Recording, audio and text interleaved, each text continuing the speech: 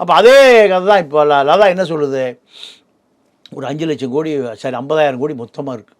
யாருக்கிட்ட?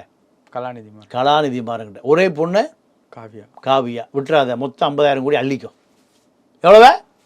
50,000 கோடியை அள்ளிக்கும். இதுதான் நான் அப்படி தான் ரஜினியை ஒரு 5,000 கோடி அள்ளிட்டேன். நீ 50,000 கோடி அள்ளிக்க.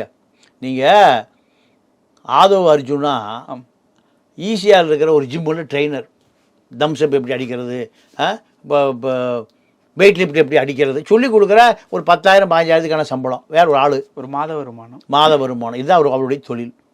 அங்கே 5 லட்சம் கோடி சொந்தக்காரியான மார்ட்டின் மகள் டெய்ஸி அங்கே வருது.